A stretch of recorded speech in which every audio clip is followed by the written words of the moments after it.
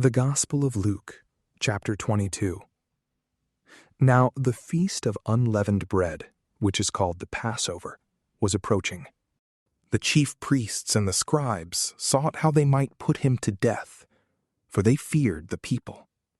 Satan entered into Judas, who was also called Iscariot, who was counted with the 12. He went away and talked with the chief priests and captains about how he might deliver him to them. They were glad and agreed to give him money. He consented and sought an opportunity to deliver him to them in the absence of the multitude. The day of unleavened bread came, on which the Passover must be sacrificed. Jesus sent Peter and John, saying, "Go and prepare the Passover for us, that we may eat." They said to him, "Where do you want us to prepare?" He said to them, "Behold, when you have entered into the city, a man carrying a pitcher of water will meet you. Follow him into the house which he enters. Tell the master of the house, 'The teacher says to you, where is the guest room where I may eat the Passover with my disciples?' He will show you a large, furnished upper room. Make preparations there." They went, found things as Jesus had told them, and they prepared the Passover. When the hour had come, he sat down with the 12 apostles. He said to them, "I have earnestly desired to eat this Passover with you before I suffer. For I tell you, I will no longer by any means eat of it until it is fulfilled in God's kingdom." He received a cup, and when he had given thanks, he said, "Take this and share it among yourselves. For I tell you, I will not drink at all again from the fruit of the vine until God's kingdom comes." He took bread, and when he had given thanks, he broke and gave it to them, saying, "This is my body, which is given for you. Do this in memory of me."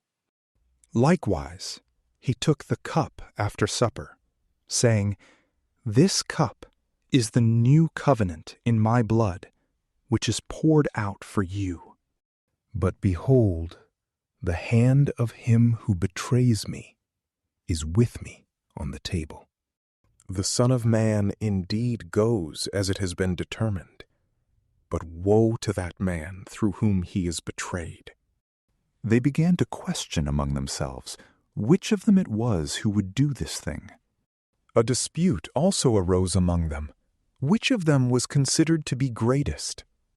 He said to them, "The kings of the nations lord it over them, and those who have authority over them are called benefactors.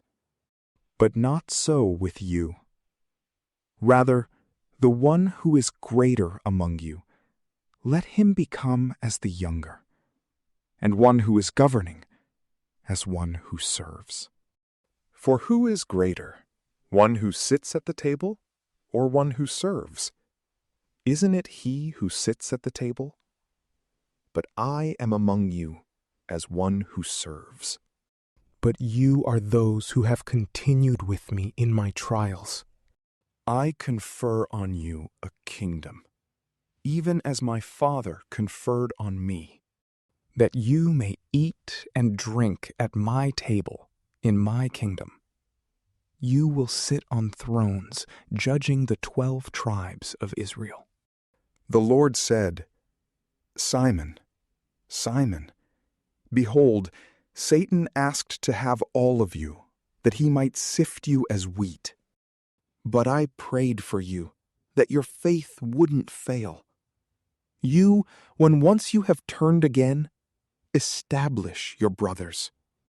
He said to him, "Lord, I am ready to go with you, both to prison and to death." He said, "I tell you, Peter, the rooster will by no means crow today until you deny that you know me 3 times. He said to them, "When I sent you out without purse, bag, and sandals, "Did you lack anything?" They said, "Nothing." Then he said to them, "But now, whoever has a purse, let him take it, and likewise a bag. Whoever has none, let him sell his cloak and buy a sword. For I tell you that this which is written must still be fulfilled in me. He was counted with transgressors. For that which concerns me is being fulfilled." They said, "Lord, behold, here are 2 swords." He said to them, "That is enough." He came out and went, as his custom was, to the Mount of Olives. His disciples also followed him. When he was at the place, he said to them, "Pray that you don't enter into temptation." He was withdrawn from them about a stone's throw, and he knelt down and prayed, saying, "Father, if you are willing, remove this cup from me. Nevertheless, not my will, but yours be done." An angel from heaven appeared to him, strengthening him. Being in agony, he prayed more earnestly. His sweat became like great drops of blood falling down on the ground.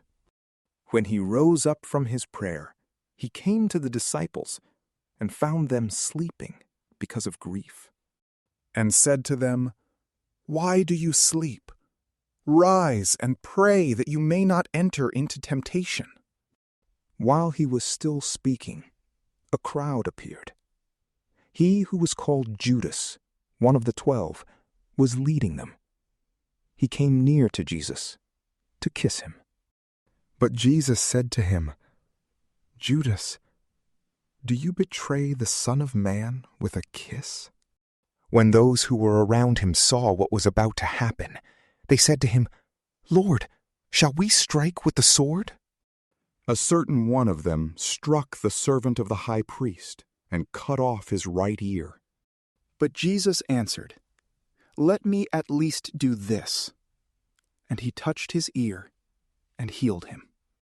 Jesus said to the chief priests, captains of the temple, and elders who had come against him, "Have you come out as against a robber, with swords and clubs?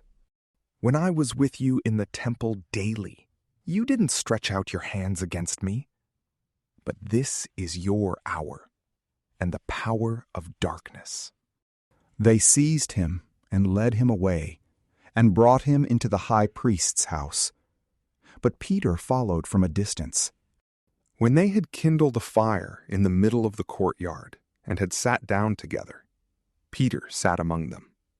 A certain servant girl saw him as he sat in the light, and looking intently at him, said, "This man also was with him." He denied Jesus, saying, "Woman, I don't know him." After a little while, someone else saw him and said, "You also are one of them." But Peter answered, "Man, I am not."